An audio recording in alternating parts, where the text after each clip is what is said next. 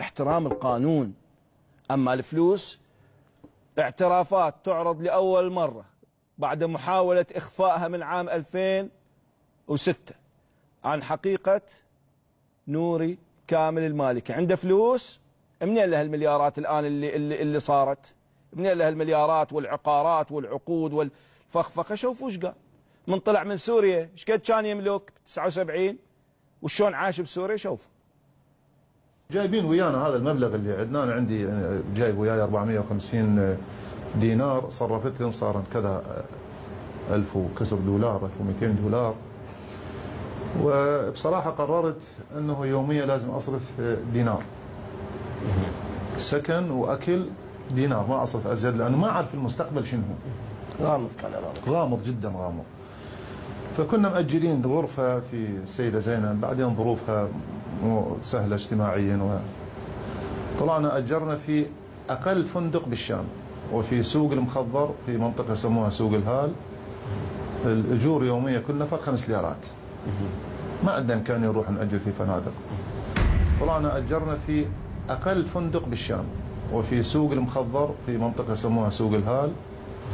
الأجور يومية كل نفر 5 ليرات. ما عندنا إمكانية نروح نأجر في فنادق.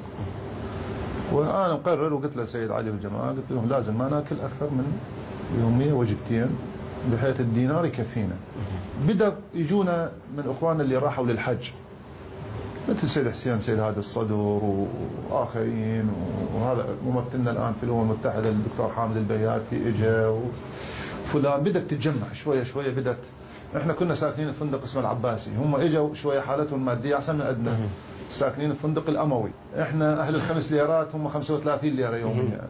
من كنا ساكنين بسوريا ايضا في ظروف صعبه جدا صعبه.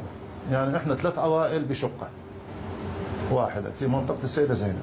يعني اقتصاد وما عندنا امكانيات، وحزب الدعوه ما عنده امكانيات حتى يعطينا، ولا احنا عندنا اثرياء ونقدر نصرف، وحزب الدعوه ما عنده امكانيات حتى يعطينا، ولا احنا عندنا اثرياء ونقدر نصرف، وحزب الدعوه ما عنده امكانيات حتى يعطينا، ولا احنا عندنا اثرياء ونقدر نصرف. اقتصاد شديد.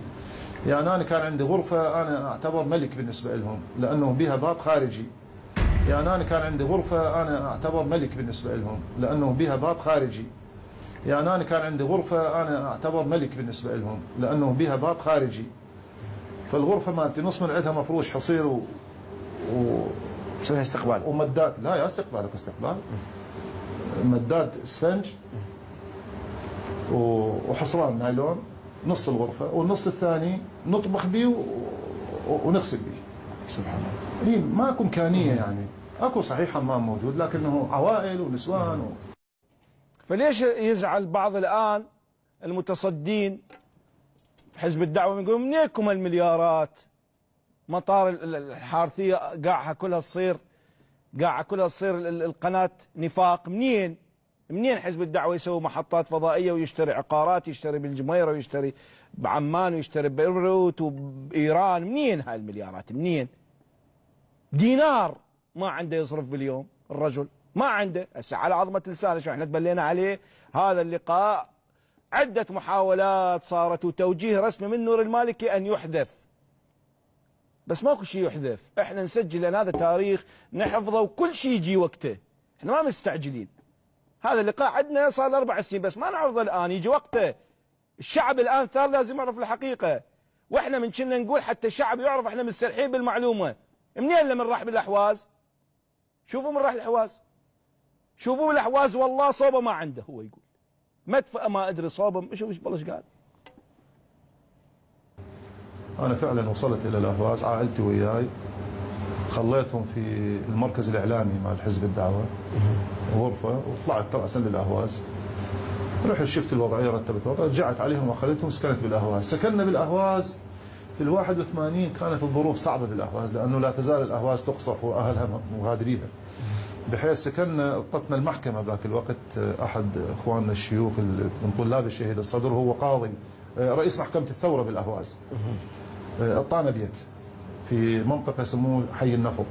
البيت يعني متروك مضروب، لكنه الشارع اللي بيه البيت ما ساكنين به غير 2، أنا وواحد وياه. والله عشنا بالأهواز ظروف لا يمكن أن يقبل بها أحد. أولا بيت في شارع خالي، بس هي وبنات اثنين وياها. والله قنينة الغاز ما عندنا صوبات. والله قنينة الغاز ما عندنا صوبات. والله قنينة الغاز ما عندنا صوبات. ويوميا عند ضيوف المجاهدين اللي يدخلون للعراق ويجون يمي باتون وتطبخ لهم على الصوبة صوبات. وفلوس ما عندنا، قامت تبيع ذهبها. كل يوم نبيع ذهب حتى نصرف على الأكل والكراشي. وفلوس ما عندنا، قامت تبيع ذهبها. كل يوم نبيع ذهب حتى نصرف على الأكل والكراشي. وفلوس ما عندنا، قامت تبيع ذهبها. كل يوم نبيع ذهب حتى نصرف على الأكل والكراشي. وهنا احنا لما نسمع للتاريخ، احنا تيار شعبي يحترم الإنسان.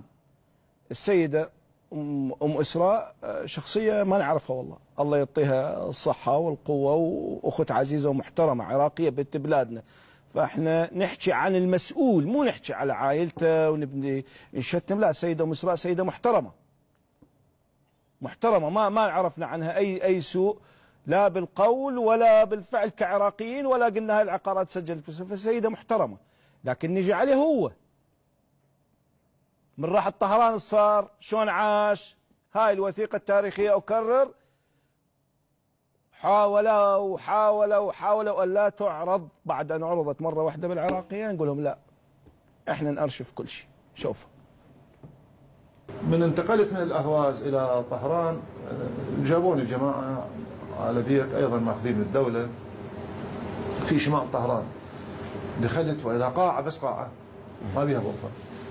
يابا وين شلون انه عندي اطفال؟ احمد هم صار عندي بالاهواز. احمد اهوازي يعني صار عندك بالعراق وبسوريا وبالاهواز. بالاهوازي.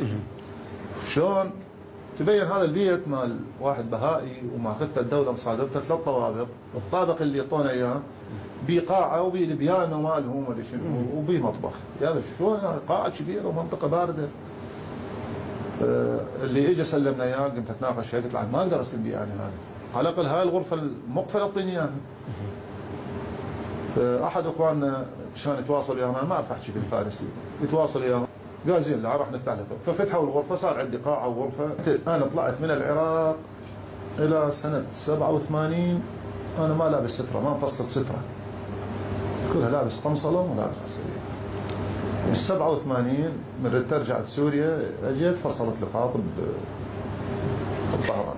أنا طلعت من العراق إلى سنة 87 أنا ما لابس سترة، ما مفصل سترة، كلها لابس قمصلة ولابس عسرية. من 87 من ردت رجعت سوريا، أجيت فصلت القاطب بالطهران. أنا طلعت من العراق إلى سنة 87 أنا ما لابس سترة، ما مفصل سترة، كلها لابس قمصلة ولابس عسرية. من 87 من ردت رجعت سوريا، اجيت فصلت القاطب